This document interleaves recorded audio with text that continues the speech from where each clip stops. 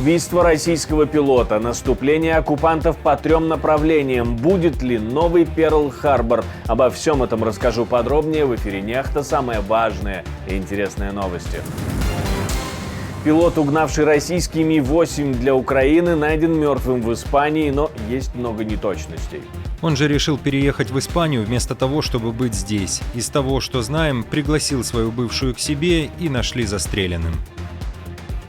Нетаньяху против отдельного государства Палестина. Активно против.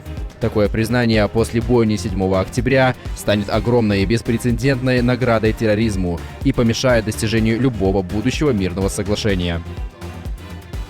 Украина использует химическое оружие, говорят россияне, и даже совершили 2 покушения с его помощью. Хотел бы обратить внимание на заявление представителей ВСУ о наличии в их распоряжении подобных соединений, включая аналоги боевого отравляющего вещества табун. Спасибо, что смотрите, спасибо за доверие, не забывайте ставить лайки, не забывайте оставлять комментарии и точно нужно подписаться на наши каналы. Поехали! Российский пилот Максим Кузьминов, который в начале сентября угнал вертолет Ми-8 в рамках спецоперации украинской разведки, найден мертвым в Испании. Об этом сообщили российские медиа. Первым об этом написал ТАСС. Позже в украинской разведке подтвердили факт смерти. В интервью украинскому каналу «Суспильне» об этом сказал представитель ГУР Андрей Юсов. Другое украинское издание «Украинская правда» пишет, ссылаясь на свои источники, такое. Он же решил переехать в Испанию вместо того, чтобы быть здесь. Из того, что знаем, пригласил свою бывшую к себе и нашли застреленным. Первым информацию опубликовал малоизвестный сайт Eureka News, на котором другие публикации откровенно пророссийские. Погибший якобы Максим Кузьминов, однако возраст погибшего и возраст Кузьминова не совпадают. Российскому летчику сейчас 28, а найденному погибшему 33 года. Когда мы узнали, что произошло в этом районе, были поражены. Мы видели полицию, они все собрались там. Было где-то 13 или 14 машин. И тут же поползли слухи, что в гараже находится тело. Я был испуган. Мы все говорили: «Черт возьми, это тихий район!» Я некоторое время здесь живу, и никогда не было таких проблем. Поймите, поэтому я, конечно, был впечатлен. Сам Кузьминов в одном из интервью говорил, что не боится охоты на себя и не боится смерти. Я очень верующий человек. И мое утро начинается со слов. Вся вселенная со мной на одном пути. Я верю в Бога. И Бог мне жизнь дал, Он ее и заберет. Да, страшно. Но, знаете, страх, он на том свете, и на этом он унижает. Поэтому я, если честно, я не боюсь уже ничего. У меня уже нет такого страха. Немножко, да, эмоций, только переживания. Вот. Что касается переезда в Европу. Есть такая возможность, есть. Я обязательно над этим подумаю. Открыты, на самом деле, многие дороги. Будем в дальнейшем смотреть, как сложится жизнь. Версии случившегося продолжают прибывать. Убили или не убили. Российские медиа пишут, что у него были проблемы с алкоголем и наркотиками. Украинские телеграм предполагают, что на самом деле не убили, а убийство подстроили. В общем, пишите свои версии в комментариях. Это очень интересно и важно для нас знать, что вы думаете. Перебои в поставках боеприпасов позволили россиянам развить наступление на 3 направлениях. Об этом пишут аналитики Института изучения войны. Оккупанты наступают вдоль границы Харьковской и Луганской областей, в частности в направлении Купянска и Лимана, в Авдеевке и вокруг нее, и в районе поселка Работино на западе Запорожской области. Но аналитики также отмечают, что Украина создаст новые оборонительные сооружения при отходе из Авдеевки, и российское наступление может снова захлебнуться. Киев использует химическое оружие, говорят россияне, но не просто, а химическое оружие, как у немцев. В общем, по мнению россиян, Украина придумала целый план по применению химоружия. Хотел бы обратить внимание на заявление представителей ВСУ о наличии в их распоряжении подобных соединений, включая аналоги боевого отравляющего вещества табун, которое включено в список 1 Конвенции и использовалось фашистскими захватчиками в годы Великой Отечественной войны. Случаи применения ВСУ отравляющих веществ зафиксированы в отношении российских военнослужащих. Также российский командующий войсками химзащиты заявил, что назначенный Россией глава так называемой ЛНР, террорист-пасечник, был отравлен фенольными соединениями, и, конечно же, это сделала Украина. «Мы не можем дожидаться второго Перл-Харбора», говорит министр иностранных дел Литвы. Он предполагает, что Россия может начать внезапное нападение на одну из стран НАТО. «У нас очень агрессивный сосед, который хочет испытать НАТО на прочность», говорит министр. Мы благодарны немецкому правительству, которое приняло решение разместить бригаду в Литве.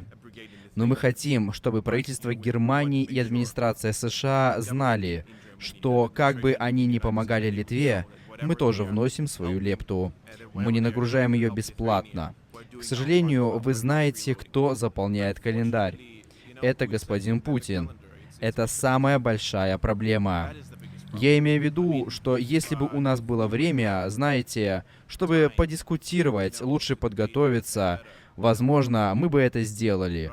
Но когда мы видим агрессивность нашего соседа, намерения нашего соседа, растущую промышленность, возможность дополнительной мобилизации, это является для нас побуждающим фактором.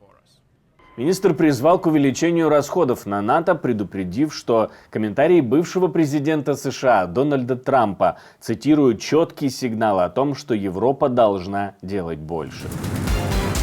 Япония передаст Украине помощи на более чем 12 миллиардов долларов. Об этом говорит украинский премьер-министр после встречи со своим японским коллегой. 1 миллиард 250 миллионов евро пойдут на поддержку японских инвесторов в Украине. Еще 4,7 миллиарда долларов – это грант, который Украина получит до конца этого месяца. Йеменские хуситы подбили американское грузовое судно в Аденском заливе. Оно затонуло по одной из версий, по другой оно может затонуть очень скоро. Еще хуситы заявляют, что сбили американский беспилотник. Результаты операции были следующими. Корабль получил серьезные повреждения, что привело к его полной остановке. Из-за значительного ущерба, нанесенного судну, оно рискует затонуть в Аденском заливе. В ходе операции мы позаботились о безопасности эвакуации экипажа судна. В воскресенье в Баб-эль-Мандабском проливе у берегов Йемена подверглось нападению грузовое судно под флагом Белиза, зарегистрированное в Великобритании и управляемое Ливаном. Об этом сообщает британская компания Embrace, занимающаяся вопросами безопасности на море. Агентство по морским торговым операциям Великобритании сообщило, что экипаж покинул судно у берегов Йемена после взрыва. Израиль не согласен с односторонним признанием палестинской государственности. То есть премьер-министр страны говорит, что без двусторонних обсуждений решения о создании Палестины не будет. Заявил он об этом после, как сказал Нетаньяху, недавних разговоров в международном сообществе о попытке в одностороннем порядке навязать Израилю палестинское государство. Вот заявление. Израиль категорически отвергает международный диктат в отношении постоянного соглашения с палестинцами. Такое соглашение будет достигнуто только в результате прямых переговоров между сторонами без предварительных условий. Израиль будет и впредь выступать против одностороннего признания палестинского государства. Такое признание после бойни 7 октября станет огромной беспрецедентной наградой терроризму и помешает достижению любого будущего мирного соглашения. Палестинский премьер-министр Мохаммед Штаех призвал правительства США и Великобритании оказать давление на Израиль, чтобы тот согласился на прекращение огня в условиях катастрофической ситуации в Газе. Мы имеем здесь угрозу от премьер-министра Израиля, министра обороны и других. Очевидно, что ситуация в Рафахе очень катастрофическая. География Рафаха совсем небольшая, крошечная. Вся Газа — это крошечная территория, на которой собрано 1,7 миллиона палестинцев. Израиль пытается заставить этих людей покинуть Газу и перебраться в Египет. Планы существуют с самого первого дня. Мы знаем, что Израиль обращался к некоторым африканским странам. Израиль обращался к некоторым странам региона. И все отвергли этот план. Премьер-министр Палестины говорит, что Нетаньяху больше никого не слушает. И обвиняет США в том, что они делают недостаточно.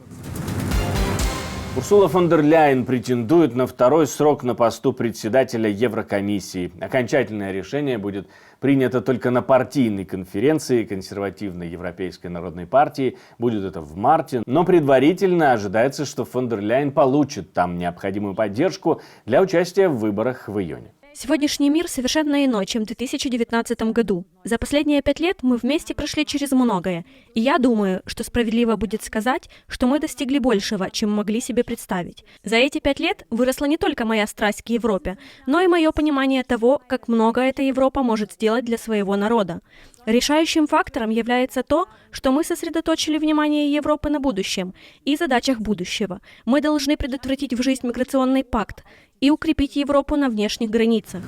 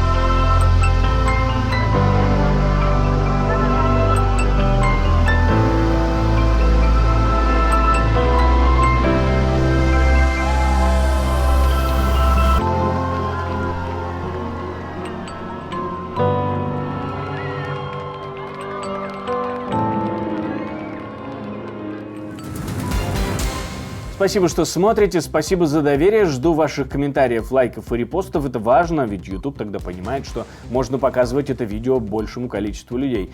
Ну и не забывайте подписываться на наши каналы. На этом все, до встречи и хороших вам новостей.